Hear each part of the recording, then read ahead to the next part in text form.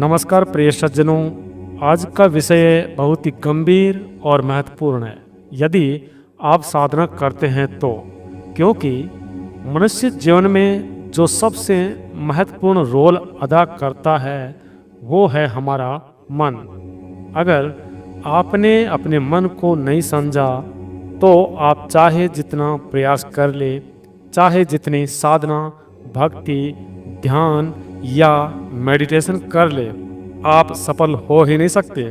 अगर आप मन को नहीं समझेंगे तो दुनिया का बड़े से बड़ा गुरु भी आपको साधना करने में सहयोग नहीं कर सकता। इसलिए अगर आप एक साधक हैं और साधना करते हैं, ध्यान करते हैं, तो आपके लिए मन को जानना जरूरी ही नहीं बल्कि आध्यात्मिक मार्ग में आगे बढ़ने के लिए महत्वपूर्ण कदम है। इसलिए आज का विषय मन को समझना और उसकी कार्य प्रणाली को जानना, साथ ही ये कैसे कार्य करता है, किसके सहयोग से करता है, क्या मन जैसा कुछ होता भी है या भ्रम है, और सबसे महत्वपूर्ण ये है कि क्या मन को बस में किया जा सकता है। अगर किया जा सकता है तो कैसे, इन सभी के बारे में विस्तार से बात करेंगे।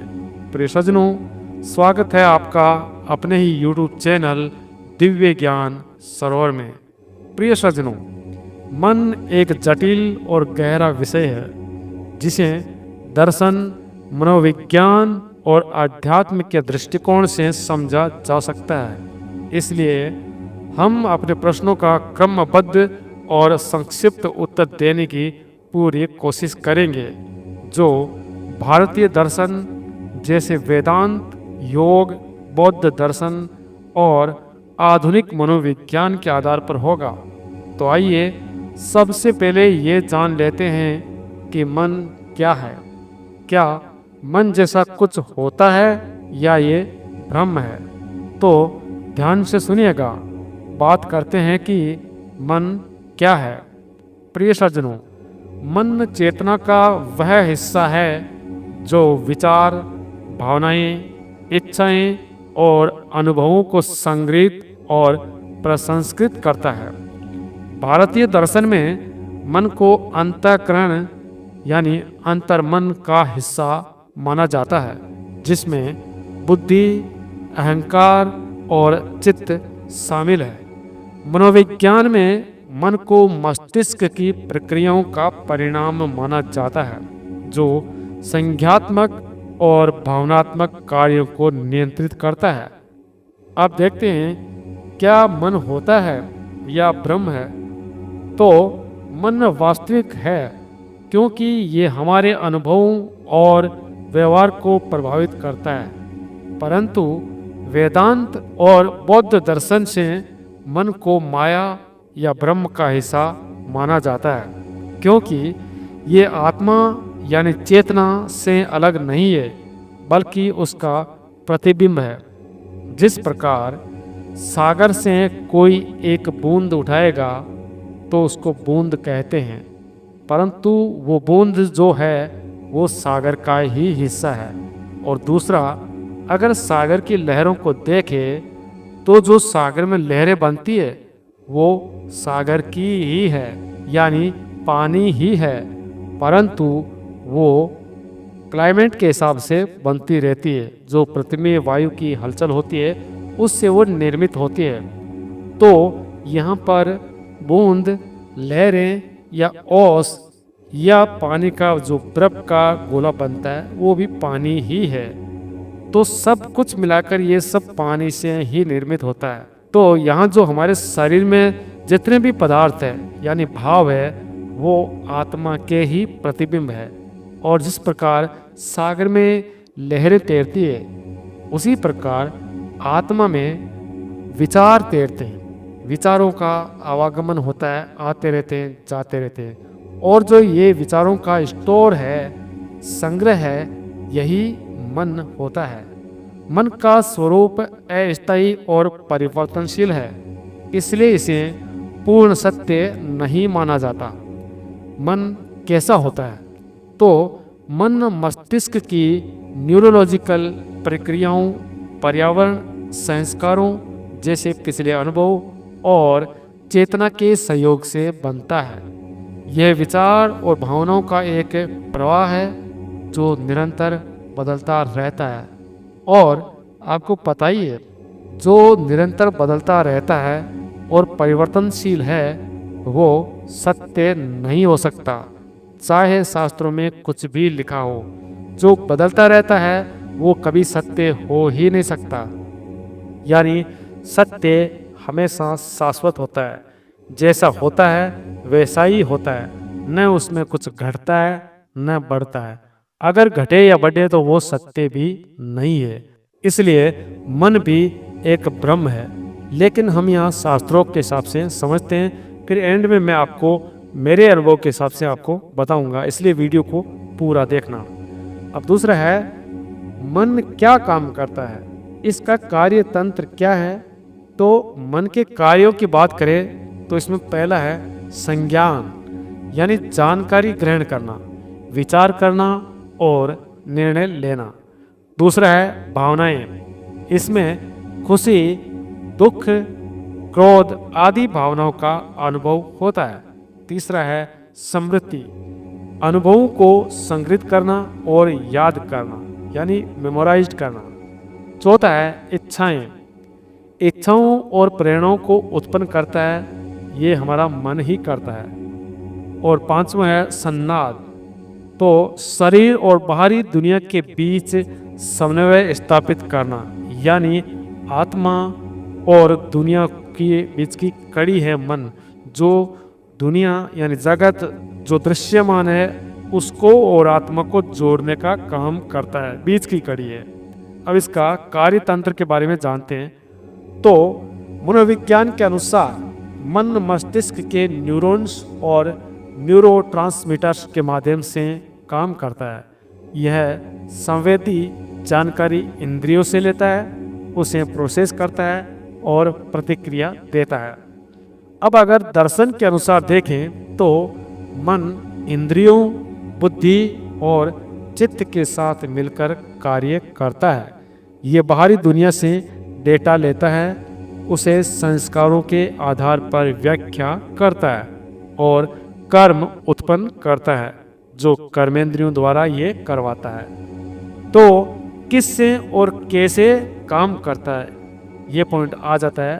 तो कैसे करता है? तो मन इंद्रियों यानी 5 ज्ञानेंद्रियां और 5 कर्मेंद्रियां, बुद्धि और चेतना यानी आत्मा के साथ संनाद में काम करता है। ये बाहरी उत्तेजनाओं जैसे दृश्य, ध्वनि और आंतरिक संस्कारों जैसे पिछले अनुभव से प्रभावित होता है। तीसरा है मन को कैसे समझे। तो मन को समझने के कुछ तरीके जो मैं आपको यहाँ पर बताने वाला हूँ। इसमें पहला है आत्मनिरीक्षण, यानी इंट्रोस्पेक्शन, अपने विचारों और भावनाओं का अवलोकन करें। ध्यान यानी मेडिटेशन और माइंडफुलनेस इसकी कुंजी है, यानी चाबी है। दूसरा स्वाध्याय, इसमें क्या करना है? वेदांत, योग सूत्र या भगवत गीता जैसे ग्रंथ को पढ़ना है जो मन की प्रकृति को समझाते हैं। तीसरा है मनोवैज्ञानिक अध्ययन, इसमें क्या करना है? संज्ञात्मक मनोविज्ञान, कॉग्निटिव फिजियोलॉजी और न्यूरोसाइंस मन के कार्यों को वैज्ञानिक दृष्टिकोण से समझाते हैं। चौथा है गुरु या विशेषज्ञ की सहायता आपको लेनी है, जिसमें योगी, दार्शनिक या मनोविज्ञान से मार्गदर्शन आप ले सकते हैं। अब मन के सहयोगी कौन कौन है? तो मन के सहयोग करने वाले यहाँ पर इंद्रियां हैं। इंद्रियों में मन को बाहरी जानकारी प्रदान करती है। इंद्रिय जो है, जो हमारे शरीर से जो भी प्रकृति में घटित होता है वो जानकारी इंद्रियों के माध्यम से हमें मिलती है, यानी मन को मिलती है। जो विचार हो, चाहे भाव हो, चाहे सुख दुख हो, पीड़ा का एहसास हो या सर्दी गर्मी हो, मौसम संबंधी या प्रकृति की कोई भी जानकारी हो, इंद्रियों के द्वारा 5 प्रकार से मिलती है। ठीक है। दूसरा, बुद्धि मन के विचारों को विश्लेषण और निर्णय में मदद करती है। फिर है चित्त, यानी संस्कारों और स्मृतियों का भंडार है जो मन को प्रभावित करता है। फिर है आत्मा, तो मन की चेतना का स्रोत है। कौन? आत्मा, जो इसे जीवंत बनाती है। मस्तिष्क मन का भौतिक आधार जो न्यूरोलॉजिकल प्रक्रियाओं को संचालित करता है। अब नंबर 4 पॉइंट की बात करें तो है, क्या मन को समझा जा सकता है? अगर हाँ तो कैसे? तो इसका उत्तर है हाँ, मन को समझा जा सकता है, लेकिन यह एक सतत प्रक्रिया है क्योंकि मन गतिशील और परिवर्तनशील है। तरीके क्या है इसके बारे में जानते हैं कि मन को किन तरीकों से समझा जा सकता है। तो पहला है ध्यान अर्थात मेडिटेशन। विचारों को शांत करके मन की गहराई में जाइए। विपश्यना या योग ध्यान उपयोगी है इसके लिए। दूसरा है माइंडफुलनेस, वर्तमान क्षण में विचारों और भावनाओं का अवलोकन करें बिना उनसे जुड़े। तीसरा है जर्नलिंग, अपने विचारों और भावनाएं लिखें जिससे पैटर्न समझ में आए। चौथा है योग और प्राणायाम, इससे मन को स्थिर और केंद्रित करने में आपको मदद मिल सकती है। पांचवा है मनोवैज्ञानिक टेक्निक जैसे CBT यानी कॉग्निटिव बिहेवियरल थेरेपी, जो विचारों के पैटर्न को समझने और बदलने में मदद करती है। छठवीं है आध्यात्मिक मार्ग यानी भगवत गीता, जिसमें कर्मयोग, भक्ति योग या पतंजलि योग सूत्र में मन को समझने के लिए व्यवस्थित मार्ग प्रदान करते हैं। पांचवा, क्या मन को नियंत्रित किया जा सकता है? एक साधक ही नहीं बल्कि संपूर्ण दुनिया में ये सबसे बड़ा प्रश्न है और यही सबसे बड़ी दिक्कत भी है। क्या मन को नियंत्रित किया जा सकता है? और सिर्फ एक मन को नियंत्रित करने के लिए ही बहुत बड़े बड़े संस्थान खोले गए हैं, बहुत बड़े योगाचार्य हैं, बहुत बड़े महात्मा लोग रहते हैं और लोगों के मन को नियंत्रित करने के बारे में ही समझाया जाता है। परंतु लाखों में से कोई एक व्यक्ति जो मन को समझ सकता है और जिसने समझा वो ही नियंत्रित कर सकता है। बाकी ना तो कोई नियंत्रित कर सकता है और न ही छुटकारा पा सकता है, क्योंकि यहाँ न तो पकड़ने की बात है और ना ही छोड़ने की। मन को सिर्फ समझने और जानने की है। अगर जान गए तो मन से छुटकारा भी मिल जाएगा। हाँ, मन को नियंत्रित किया जा सकता है, परंतु इसके लिए अभ्यास और अनुशासन चाहिए। तो क्या क्या तरीके हो सकते हैं? पहला है ध्यान और योग, जिसमें नियमित ध्यान मन को शांत और एकाग्र करता है। पतंजलि योग सूत्र में चित्त वृत्ति निरोध, मन की वृत्तियों का नियंत्रण और योग का लक्ष्य बताया गया है। दूसरा प्राणायाम, जिसमें अनुलोम विलोम, भ्रामरी जैसे प्राणायाम मन को स्थिर करते हैं, परंतु कुछ ही देर के लिए, बाद में फिर से विचार आने जाने शुरू हो जाते हैं। तीसरा है सकारात्मक विचार, जिसमें सत्संग, प्रेरणादायक किताबें और सकारात्मक वातावरण मन को सही दिशा देते हैं। चौथा है आत्म अनुशासन, समय प्रबंधन, नियमित दिनचर्या और इंद्रियों पर नियंत्रण, जैसे कम खाना, कम बोलना, कम सोना। इसमें कम खाने का मतलब है कि न तो ज़्यादा खाना और न ही कम खाना, हमेशा मीडियम में रहना। कम बोलना यानी न तो ज़्यादा बोलना और न ही कम बोलना, मीडियम में आपको बातचीत करनी है। मन को वश में करते हैं। और इसके अलावा कम सोना का मतलब है न ज़्यादा सोना और न ही कम सोना, आपको 6 घंटे कम से कम नींद लेनी है। पांचवा है बुद्धि का उपयोग, बुद्धि से विचारों की तार्किक जांच करें और अनावश्यक विचारों को हटाए। ये सबसे और महत्वपूर्ण बिंदु है बुद्धि का उपयोग। बुद्धि से ही विवेक उत्पन्न होता है और विवेक से ही वैराग्य उत्पन्न होता है, तब जाकर मन को समझा जा सकता है। छठवां है भक्ति और समर्पण।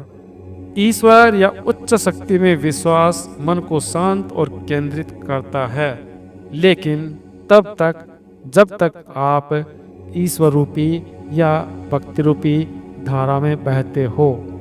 उससे अलग हुए फिर से विचार आने जाने शुरू हो जाते हैं। नंबर 6 है क्या मन से छुटकारा पाया जा सकता है? अगर हाँ तो कैसे? तो मन से छुटकारा कैसे पाया जाता है?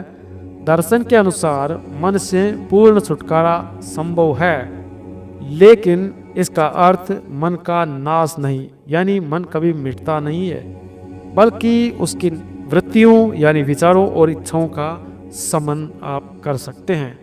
यह आत्म साक्षात्कार या मोक्ष की अवस्था होती है। तो ये समझ लो कि कितना बड़ा कठिन कार्य है। दुनिया में अगर जिसने मन को समझ लिया तो उससे छुटकारा मिल गया, और मन से छुटकारा मिल गया तो आत्म साक्षात्कार होना संभव है। संभव ही नहीं बल्कि हो ही जाता है, और फिर परमात्मा की खोज खत्म हो जाती है। अब इसके तरीके क्या क्या है? पहला है आत्मज्ञान। मन को आत्मा से अलग समझे। मैं मन नहीं आत्मा हूँ का बोध मन की सीमाओं को तोड़ना है। दूसरा ध्यान और समाधि। योग में समाधि की अवस्था में मन की वृत्तियां शांत हो जाती है और चेतना शुद्ध रूप में अनुभव होती है। परिसज्जनों, यहाँ पर शास्त्रों के हिसाब से देखा जाए तो बात तो यहाँ पर लिख दी गई है कि ध्यान और समाधि, ठीक है, और इसमें यह भी बताया गया है कि योग में समाधि की अवस्था में मन की वृत्तियां शांत हो जाती है। लेकिन समस्या तो ये है कि मन को शांत कैसे करें, और अगर मन को शांत नहीं कर पाएंगे तो ध्यान में प्रवेश कैसे होगा और कैसे समाधि घटित होगी। यही समस्या है शास्त्रों की। बताया गया है, लेकिन उसकी ठीक अवस्था मुश्किल लोगों को मिलती है। जो बहुत ही ज़्यादा बुद्धिमान और तेज दिमाग वाले होते हैं वो खोज सकते हैं। तो तीसरा है कर्म योग, जिसमें निष्काम कर्म बिना फल की इच्छा के कर्म करना मन की इच्छाओं को कम करता है। अब यहाँ पर एक बात आती है। मान लीजिए कि अगर आपको किसी ने बोल दिया कि मैं आपको 500 रुपये दूंगा, आप 100 मीटर की दौड़ करनी है और 2 मिनट में करनी है, तो आपको नहीं करना है। और अगर आपको वो 500 रुपये दे रहा है तो आप जबरदस्त भागेंगे और दौड़ कर लेंगे। और अगर वही व्यक्ति कहे कि आप 100 मीटर या 200 मीटर वहां पर हाथ लगा के आना है, तो आप क्या, कोई नहीं जाएगा। क्यों जाएगा भाई? क्योंकि कोई फल ही नहीं है, आपको मिलेगा क्या? और आप यही पूछेंगे कि मुझे क्या मिलेगा वहां पर भागने पर, तो वो अगला बोलेगा कुछ नहीं मिलेगा, तो आप क्यों भागोगे? और यहाँ पर कर्म करने से पहले फल की इच्छा नहीं करनी, ऐसा नहीं हो सकता। क्योंकि अगर आपको डॉक्टर बनना है तो आपको उसी के अनुसार पढ़ाई करनी होगी।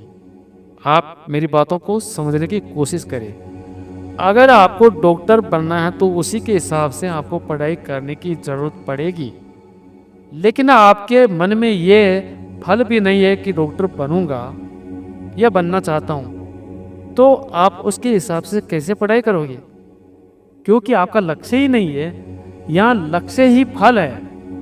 तो बिना लक्ष्य के कभी कोई मार्ग प्राप्त हो ही नहीं सकता। आपको किसी गांव में जाना है या शहर में जाना है तो आपका लक्ष्य या टारगेट वो शहर है। अगर आपको शहर का पता ही नहीं है तो आप कौन से शहर में पहुंचेंगे? आप भटक कर यूं ही आ जाएंगे, क्योंकि आपको पता ही नहीं है कि जाना कहाँ है। तो कोई भी कर्म करने से पहले फल पहले आता है और फल के अनुसार ही कर्म किया जाता है। तो आगे बात करते हैं भक्ति योग। इसमें क्या है? ईश्वर में पूर्ण समर्पण मन को शांत और मुक्त करता है। पांचवा है बौद्ध मार्ग। अब बौद्ध मार्ग क्या कहता है? बौद्ध ध्यान जैसे विपश्यना और अष्टांग मार्ग मन की आसक्ति को समाप्त करते हैं, जिससे निर्वाण प्राप्त होता है। तो यहाँ पर बुद्ध की बात करें तो पूरे सृष्टि में एक ऐसा धर्म है जो साइंटिफिकली प्रूव्ड है और साइंस के मुकाबले खड़ा होता है। और साइंटिस्ट ने भी ये कह दिया है कि पूरे संसार में अगर कोई धर्म है जो साइंस के अनुसार खड़ा हो सकता है तो वो बौद्ध धर्म है। मैं आपको कोई बौद्ध धर्म पढ़ने के बारे में नहीं बोल रहा हूँ, न ही जानने के बारे में बोल रहा हूँ, परंतु यहाँ आपको अहंकार को दूर करने कुछ जानना है तो आपको हिंदू धार्मिक शास्त्रों के अलावा बौद्ध धर्म को भी पढ़ना होगा। आप चाहो तो कुरान भी पढ़ सकते हैं, बाइबल भी पढ़ सकते हैं। क्योंकि आपको सत्य की खोज करनी है। तो सत्य की खोज के लिए जरूरी नहीं है कि ये कौन से धर्म का है, आप उसे पढ़कर नॉलेज ले सकते हैं और जब नॉलेज हो जाएगी तो सब कुछ एक ही लगेगा। आगे इसकी प्रक्रिया क्या है? यह एक क्रमिक प्रक्रिया है जिसमें इंद्रियों का नियंत्रण, विचारों का समन और आत्म जागरूकता शामिल है। अब अगर संक्षेप में बात करें तो जो मन है ये विचारों, भावनाओं और इच्छाओं का प्रवाह है जो मस्तिष्क, इंद्रियों और चेतना से काम करता है। समझने का तरीका क्या है? ध्यान, स्वाध्याय और आत्मनिरीक्षण। नियंत्रण का तरीका योग, प्राणायाम और आत्म अनुशासन। लेकिन मैं आपको फिर से बता देता हूं कि आप योग, प्राणायाम और आत्म अनुशासन करेंगे तो जब तक करते हैं तब तक मन शांत हो जाता है, बल्कि वो बंद करते ही फिर से मन की महाभारत रामायण शुरू हो जाएगी। अब छुटकारा पाने की यहाँ पर बात बताइए। आत्मज्ञान, समाधि और निष्काम कर्म से मन की वृत्तियों का समन संभव है। यहाँ पर आपको विचार करना है, ये सब शास्त्र में लिखा है, मैं आपको सही से समझाने की कोशिश कर रहा हूँ। यहाँ पर लिखा है कि समाधि और निष्काम कर्म से मन की वृत्तियों का समन होता है। परंतु समाधि में जाएंगे कैसे भाई? क्योंकि मन तो समझा ही नहीं है।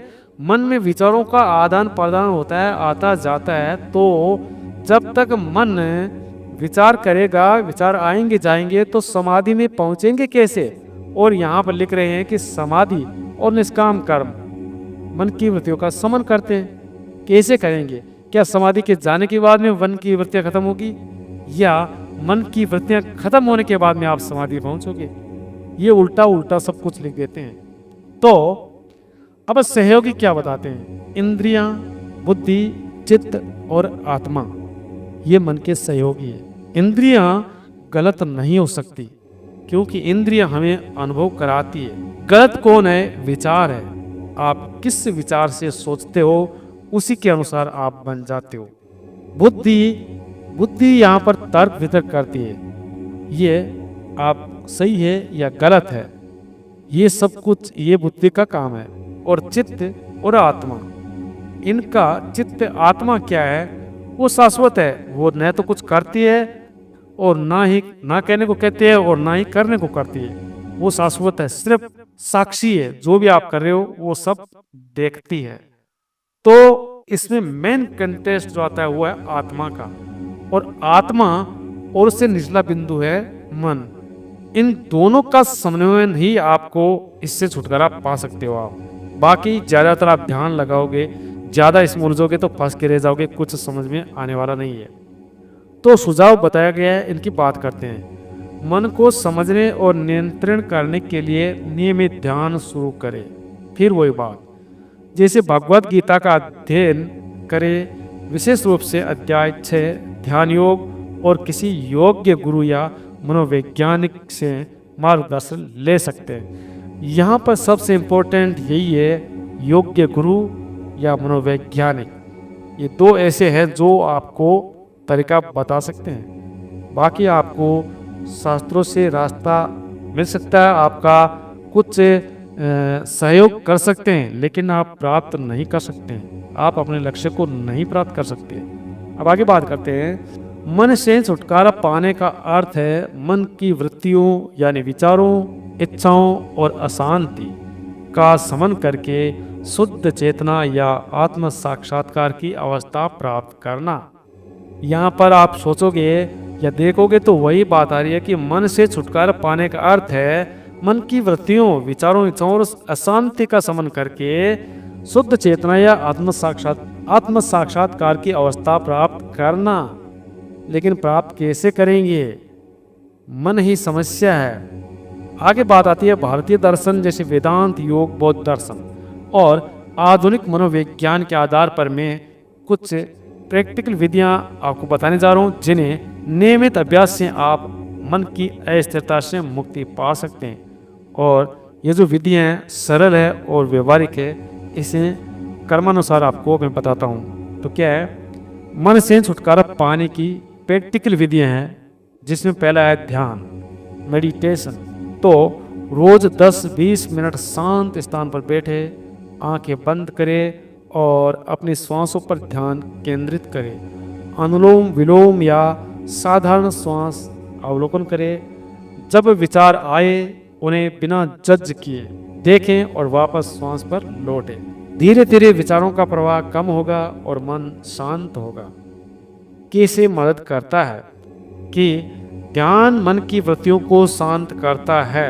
पतंजलि योग सूत्र में से चित्त वृत्ति निरोध कहा गया है जो समाधि की ओर ले जाता है। अब अगर प्रैक्टिकल टिप की बात करें तो शुरू में 5 मिनट से शुरू करें या विपश्यना ध्यान गाइड का उपयोग करें। सुबह या रात को समय निश्चित करें। दूसरा है माइंडफुलनेस यानी वर्तमान में रहना। ये मन का सबसे गहरा पॉइंट है क्योंकि मन हमेशा भविष्य और भूतकाल की ही बात करता है। वो वर्तमान में क्यों नहीं है? क्योंकि वो स्थिर नहीं रहता है, पल पल बदलता रहता है। तो मन को कंट्रोल में करने या समझने का अगर पॉइंट है तो वो है वर्तमान में रहना। तो इसके लिए क्या करें? दिन भर अपनी गतिविधियों जैसे खाना, चलना, काम करना को पूरे ध्यान से करें और रास्ते में हर चीज़ों को एक जागरूकता से देखते जाइए। अपने हर कदमों को जागरूकता से उठाते जाइए। अगर आप ऐसा करोगे तो ध्यान घटित होता है। उदाहरण के तौर पर खाना खाते समय स्वाद, आप खा रहे तो स्वाद कैसा अनुभव हो रहा है, बनावट और गंध, आपको स्मेल कैसी आ रही है, ध्यान देना चाहिए। फोन या टीवी से दूर रहना चाहिए। ऐसा नहीं कि आप खाना खा रहे हैं, मोबाइल चला रहे हैं, मोबाइल में देख रहे हैं, खाना अपने आप मुंह में जा रहा है, आपको पता ही नहीं है। जब मन भटके अतीत या भविष्य में, उसे वर्तमान में फिर से लाइए। कैसे मदद करता है आइए जानते हैं। माइंडफुलनेस मन को अनावश्यक विचारों से मुक्त करता है और वर्तमान में स्थिर करता है। बौद्ध दर्शन में ये निर्वाण का मार्ग है। अब प्रैक्टिकल करें तो कैसे करें? दिन में 3-4 बार 1 मिनट का माइंडफुलनेस ब्रेक लें जहां आप सिर्फ श्वास या आसपास की चीज़ों पर ध्यान दें। तीसरा आत्मनिरीक्षण और स्वाध्याय, सेल्फ इंक्वायरी एंड स्टडी।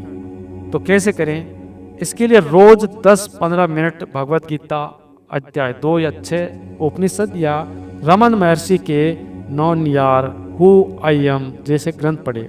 आत्म प्रश्न करें, ये विचार कौन देख रहा है? सबसे इंपॉर्टेंट बातें हैं प्रिय सज्जनों, इसे ध्यान पूर्वक सुनो। जब भी आपके मन में कोई भी विचार आए तो आपको ये सोचना है कि ये विचार किसके लिए है। और अगर आपने ये सोचा तो आप पाओगे कि ये मेरे लिए है, यानी मैं के लिए। जो मैं भाव है अहंकार रूप, उसके लिए।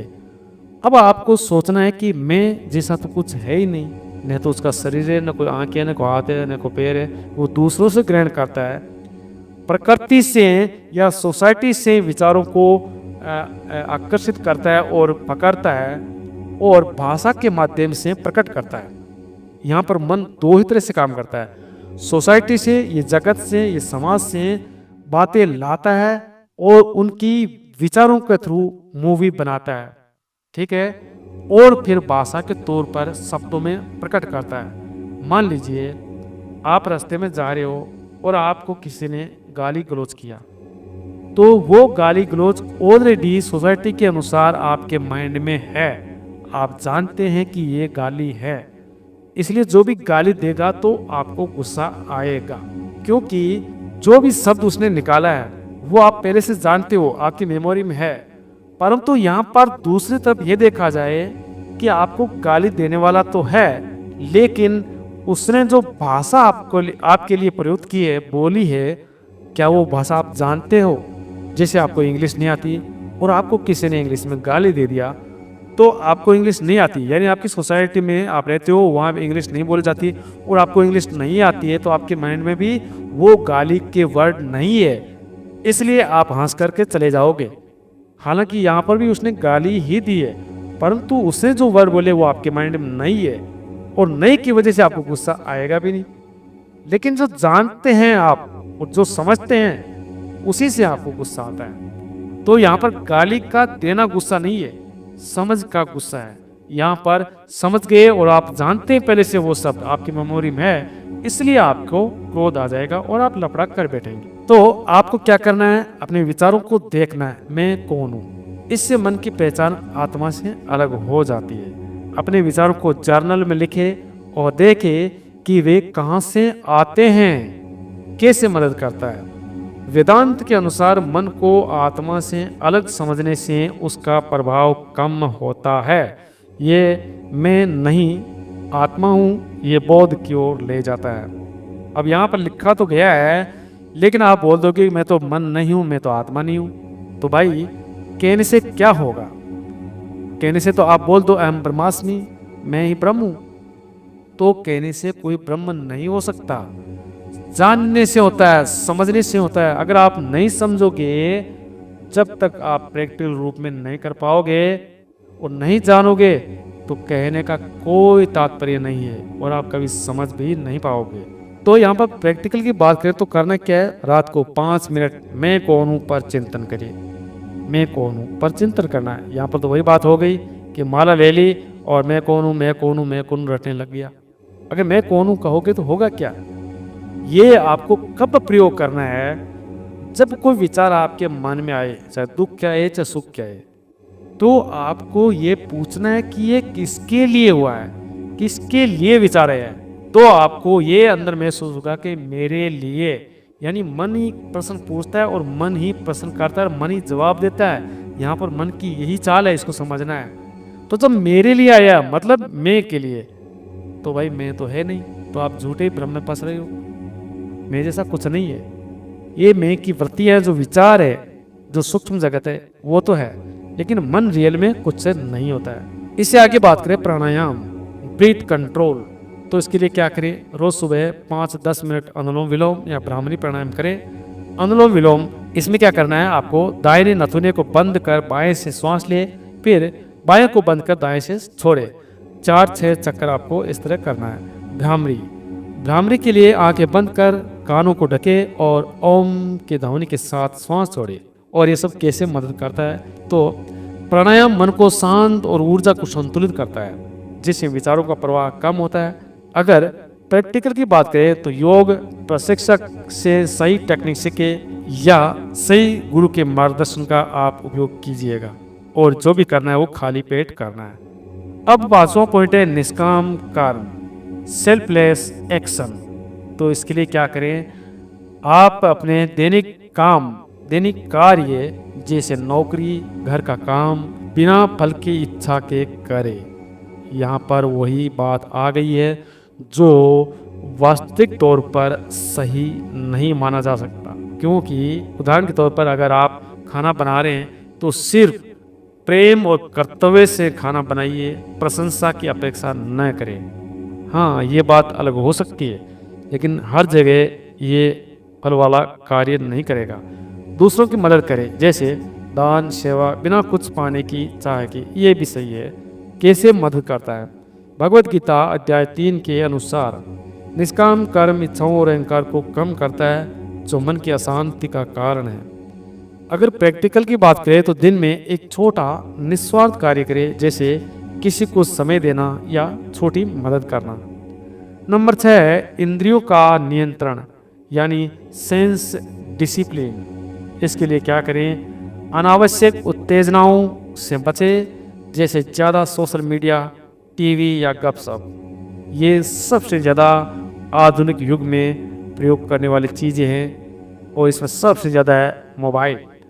तो जब भी मोबाइल देखोगे तो अपने कैरेक्टर के हिसाब से ही आप देखोगे। जैसे आप हो वैसा ही मोबाइल में आप देखोगे, और एक देखोगे तो दूसरा भी देखोगे, दूसरा देखोगे तो तीसरा भी, और पूरा दिन आप नेगेटिविटी से बढ़ते जाएंगे। तो इसका तो कोई हल है नहीं। तो ऐसी चीज़ों से आपको दूर रहना चाहिए जितना हो सके। अब खान पान में संयम, इसमें आपको सात्विक भोजन जैसे ताज़ा हल्का भोजन खाना है। मसालेदार या जंक फूड आपको नहीं लेने। बोलने में आपको संयम रखना है, सिर्फ ज़रूरी और सकारात्मक बातें ही आपको बोलनी है। और ये सब कैसे मदद करता है, तो इंद्रियां मन को भटकाती है, इन्हें नियंत्रित करने से मन शांत और केंद्रित रहता है। प्रैक्टिकल की बात करें तो हफ्ते में एक दिन मौन व्रत रखें या सोशल मीडिया से 2-3 घंटे की डिटॉक्स ले ले, यानी उनको दूर फेंक दे। अगला पॉइंट है 7वां, भक्ति और समर्पण, डिवोशन एंड सरेंडर। इसमें क्या करना है, रोज 5-10 मिनट भजन कीर्तन या प्रार्थना करें। अपने इष्ट देव जैसे जिस किसी को भी आप मानते हैं, कृष्ण हो, शिव हो, राम हो, गुरु जी हो, कोई भी हो देवता हो, आप उनके लिए ध्यान लगा सकते हैं। जीवन की घटनाओं को ईश्वर की इच्छा मानकर स्वीकार करें। कहे जो हो रहा है अच्छा हो रहा है। ये भी बातें आधार यानी मूलभूत तरीके से सही नहीं है। जो हो रहा है अच्छा हो रहा है। अगर आपका कोई बच्चा है और वो गलत रास्ते पर चल रहा है, तो क्या आप उसको जाने देंगे कि जो हो रहा है अच्छा ही हो रहा है? अगर आपका लड़का नहीं पढ़ रहा है और आप पैसे बर्बाद कर रहे हैं, तो क्या आप यूं ही पैसे बर्बाद करते रहोगे, उसे नहीं बोलोगे पढ़ने के लिए? ऐसा नहीं हो सकता, आपको बोलना पड़ेगा। आपको अपने लड़के को गाइडेड करना पड़ेगा कि ये बेटा रास्ता सही नहीं है, आपको ऐसे चलना चाहिए। तो जो हो रहा है अच्छा हो रहा है, ये मूलभूत तरीके से या आधारभूत तरीके से सही नहीं हो सकता। आप कर्म कर रहे हैं और आपको पैसा नहीं दे रहा है, तो आप यही बोलोगे क्या जो हो रहा है अच्छा हो रहा है, और आप फ्री में पूरी ज़िंदगी भर काम करते रहोगे, क्योंकि आपको फल की इच्छा भी नहीं करनी है, और जो हो रहा है वो अच्छा भी हो रहा है, आपको पैसा भी नहीं मिल रहा है, अच्छी बात है, अच्छा हो रहा है। तो आप क्या करोगे, क्या खाओगे, क्या पियोगे? अगर आप कहीं जा रहे हो, एक्सीडेंट हो गया, तो आप बोलोगे जो हो रहा है अच्छा हो रहा है, तो फिर हॉस्पिटल जाने की ज़रूरत क्या है? क्यों एम्बुलेंस को बुलाने की ज़रूरत पड़ रही है भाई? तो यहाँ पर मैं किसी शास्त्र का यहाँ पर कटाक्ष नहीं करता हूँ, मैं नहीं कहता हूँ बुरा है, वो सबकी समझ है अपनी अपनी। लेकिन अगर सही माइंड से या मूलभूत तरीके से आधारभूत तरीके से समझा जाए, तो ये जीवन में कहाँ तक सही साबित हो सकते हैं। आप अपनी बुद्धि विवेक से निर्णय लेकर आप इसकी तुलना कर सकते हैं। तो कैसे मदद करता है? भक्ति मन को अहंकार और चिंताओं से मुक्त करती है और समर्पण मन की अशांति को शांत करता है। अगर प्रैक्टिकल की बात करें तो सुबह या रात को एक मंत्र जैसे ओम नमः शिवाय या हरे कृष्ण 108 बार जप करें। प्रिय सज्जनों, अगर मंत्र की बात करें तो चारों वेद, 6 शास्त्र, जितने भी उपनिषद है या 18 पुराण है, उन सब में सबसे इम्पोर्टेंट और ख़ास एक ही चीज़ है, वो मंत्र है ओम। इससे बड़ा कुछ भी नहीं है, जो सब में मिलेगा आपको, हर पुस्तक में मिलेगा, हर धार्मिक गुरु के पास मिलेगा। सबसे बड़ा यही है, गीता उठाओ, चाहे वेद उठाओ, पुराण उठाओ, उपनिषद उठाओ, आपको ओम ही पकड़ लेना। अगर पकड़ना तो बाकी झंझट में पढ़ना ही नहीं है। आठवां है विपश्यना ध्यान, विपश्यना मेडिटेशन। तो क्या करें? 10 दिवसीय विपश्यना कोर्स करें। घर पर रोज 10 मिनट शरीर के संवेदनाओं जैसे श्वास, त्वचा की अनुभूति को बिना प्रतिक्रिया के देखें। वैसे मेडिटेशन के बारे में आपको कहीं और जाने की ज़रूरत नहीं है, हमारे चैनल पर बहुत अच्छे अच्छे वीडियो है, और अगर चाहो तो मैं अलग तरीके से आपके लिए बना सकता हूँ। उसके बाद में आपको कहीं जाने की ज़रूरत नहीं होगी। वैसे आपको खुली आज़ादी है, आप चाहे जहाँ जा सकते हो। मैं ये भी नहीं कहूँगा कि आप मेरा ही वीडियो देखें, मुझे ही फॉलो करें।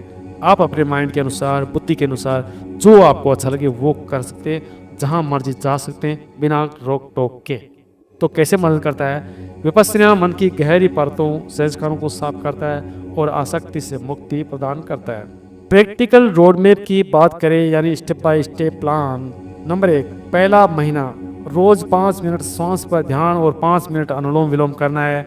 एक दिन में एक माइंडफुल गतिविधि जैसे खाना खाते समय ध्यान। यहाँ पर मैं आपको बोलना चाहूँगा कि आप जो भी क्रिया दिन में करते हैं सुबह से लेकर शाम तक उसको पूरा जागरूक तरीके से कीजिएगा, ध्यान के अनुसार कीजिएगा। आपको ध्यान करने की ज़रूरत नहीं है, अपने आप ही घटित हो जाएगा। रात को 5 मिनट भगवद गीता पढ़े, अध्याय 2 से शुरू करें। और यहाँ पर आप पढ़े या ना पढ़े या आपकी मर्जी है, कोई ज़बरदस्ती नहीं है। पढ़ने से भी कुछ नहीं होगा और अगर आप नहीं पढ़ेंगे तो भी कुछ नहीं होने वाला। नंबर 2, दूसरा महीना, ध्यान को 10 मिनट करें और भ्रामरी प्राणायाम जोड़े। जर्नलिंग शुरू करें, दिन के 3 मुख्य विचार लिखें और विश्लेषण करें और हफ्ते में एक निस्वार्थ कार्य करें। तीसरा महीना और आगे, ध्यान को 10-20 मिनट करें, आत्म प्रसन्न मैं कौन हूँ जोड़े। विपश्यना कोर्स आप कर सकते हो। इंद्रियों पर नियंत्रण बढ़ाए, जैसे सोशल मीडिया, टीवी एक दिन के लिए बंद करें। भक्ति का अभ्यास करें जिसमें मंत्र जप या प्रार्थना आपको नियमित करनी है। अब महत्वपूर्ण टिप्स की बात करें तो सबसे पहला है नियमितता। छोटे छोटे अभ्यास रोज करें, एकदम परिणाम की अपेक्षा न करें। धैर्य, मन को शांत करने में समय लगता है, 3-6 महीने में बदलाव दिखेगा। मार्गदर्शन की बात करें तो योग्य गुरु, योग्य शिक्षक या विपश्यना कोर्स से सही दिशा मिलेगी। अगर वातावरण की बात करें तो सात्विक और शांत वातावरण बनाए रखिएगा, जैसे घर में पूजा स्थान, कम शोर शराबा वाला स्थान होना चाहिए। स्वास्थ्य की बात करें तो पर्याप्त नींद, सात्विक भोजन और व्यायाम मन को स्थिर कर सकते हैं। अगर जल्दी परिणाम चाहिए तो विपश्यना मेडिटेशन आप कर सकते हैं। 10 दिन का कोर्स मन की गहराई सफाई करता है। ये सबसे प्रभावी और प्रैक्टिकल तरीका है। रोज 30 मिनट ध्यान प्लस प्राणायाम, सुबह 15 मिनट ध्यान और 15 मिनट प्राणायाम। मंत्र जप ओम या जो भी आप चाहो वो कर सकते हो। 108 बार आपको करना है या अनलिमिटेड कर सकते हो, या गिनने की ज़रूरत नहीं है। यहाँ पर आप ओम कर सकते हो। अब मन से छुटकारा पाने के लिए ध्यान, माइंडफुलनेस, आत्मनिरीक्षण, प्राणायाम, निष्काम कर्म, इंद्रिया नियंत्रण और भक्ति सबसे प्रैक्टिकल विधियां हैं। शुरू में 5 मिनट ध्यान, 5 मिनट प्राणायाम और 5 मिनट स्वाध्याय से आप शुरुआत कर सकते हैं। नियमित अभ्यास से 3-6 महीने में मन शांत और नियंत्रित होगा और गहरे अभ्यास जैसे विपश्यना या आत्मज्ञान से पूर्ण मुक्ति संभव है। अगर आप कोई विशिष्ट टेक्निक जैसे विपश्यना या मंत्र जाप पर डिटेल चाहते हैं या कोई खास अभ्यास शुरू करना चाहते हैं तो बताइएगा, हम आपको स्टेप बाय स्टेप गाइड देंगे। प्रिय सज्जनों, अब मैं आपको बता दूं कि ये बहुत लंबा प्रोसेस है। ये ऐसा है कि आपने एक पेड़ लगाया, वो थोड़ा बड़ा हो गया और आपने उसको आगे से काट दिया। फिर बड़ा होने में टाइम लगेगा। फिर मान लो कोई बकरी या कोई जानवर उसको ऊपर से खा गया, मेन तना जो है, फिर वो रुक जाएगा। थोड़ा बड़ा होता है फिर ऊपर से खा गया। तो ऐसे ही कठिनाइयाँ आपको इस लंबी साधना में हो सकती है, क्योंकि ये संसार है, इसमें हर व्यक्ति को कार्य होते हैं और बिना कर्म के ये संसार चलता नहीं है। तो ऐसे में आप जब भी मेडिटेशन करेंगे तो आपके रिश्तेदारी में या दोस्तों में, समाज में, सोसाइटी में कहीं भी कुछ हो गया तो आपको जाना भी पड़ेगा।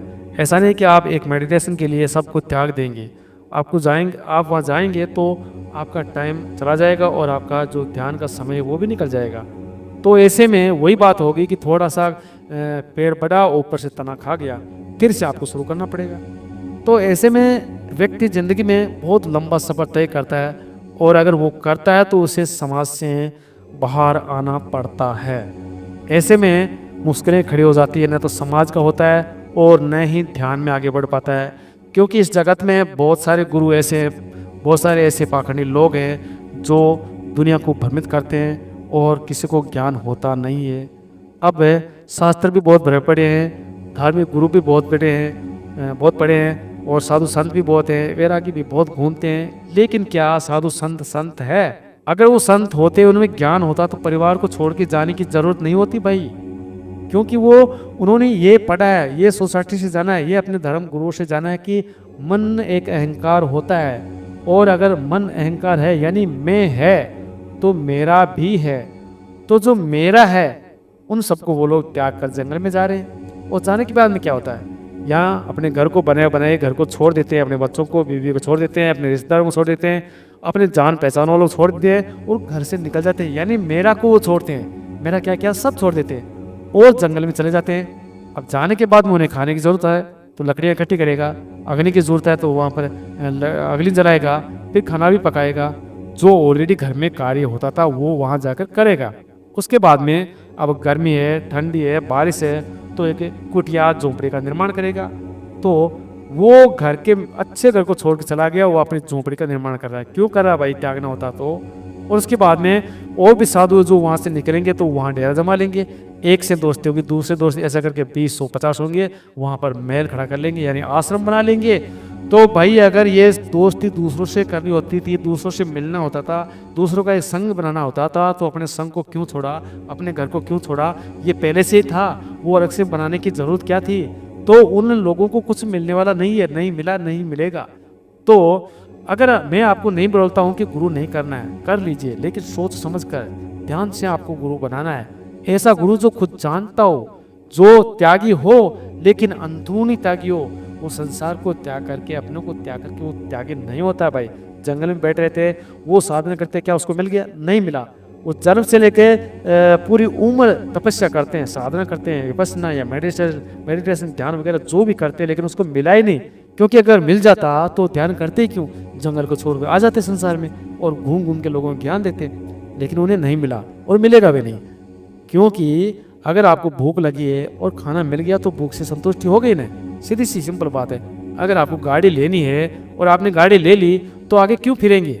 अगर आपको किसी शहर में जाना है तो आपका शहर आ गया तो आगे क्यों जाएंगे? शहर आ गया, स्टॉप, बात खत्म। तो उन लोगों को अगर ज्ञान हो गया तो वो वहाँ पर स्थिर हो जाना चाहिए। भटकने की जरूरत क्या है? फिर और साधना करने की क्या जरूरत है भाई?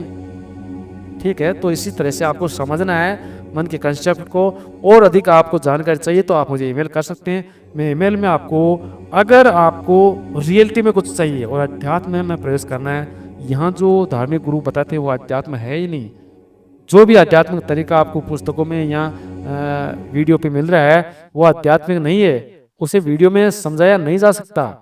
ठीक है, उसे पर्सनली माइंड में सेट किया जा सकता है। बाकी ऐसे वीडियो देखकर कोई समझ नहीं पाता, क्योंकि शास्त्र सामने पढ़े हैं। कितने युगों से लोग शास्त्र पढ़ते आ रहे हैं, किसी को कुछ मिला ही नहीं, मिलेगा भी नहीं। साधु संत धर्मगुरु भी बैठे हैं, क्या देते हैं? उन्होंने खुद को पता नहीं है, बड़ी बड़ी बातें करते हैं। तो आपको सोच समझ कर इस जीवन में कदम कदम पर चलना है। और समझ ही सबसे बड़ा ज्ञान है, समझ ही सबसे बड़ा ज्ञान है। दूसरा है तो स्वीकार भाव है, इससे बड़ा कुछ भी नहीं है। जब तक आप स्वीकार नहीं करोगे और जब तक समझोगे नहीं, इस दुनिया में आपको कोई भी आगे बढ़ाने वाला नहीं है। ना तो मैं हूँ, ना कोई और है, ना शास्त्र है, ना गुरु है, ना परमात्मा है। आप जैसे थे वहीं रहोगे। अगर आपको कुछ जानने की रियलिटी में इच्छा है तो आपको कदम रखना होगा, नहीं तो आप जैसे हो वैसे अच्छे हो और अपनी ज़िंदगी गुजारा करो। जो भागते हैं घूमते हैं उनको मिलेगा, वो आपको मिलने वाला है, बराबर बात है। तो इसलिए अपने परिवार में खुश रहो। प्रियजनों, आज की वीडियो में बोलते समय अगर कोई त्रुटि हो गई है तो मैं आपका क्षमा प्रार्थी हूँ। और यहाँ तक साथ देने के लिए आपका बहुत बहुत धन्यवाद।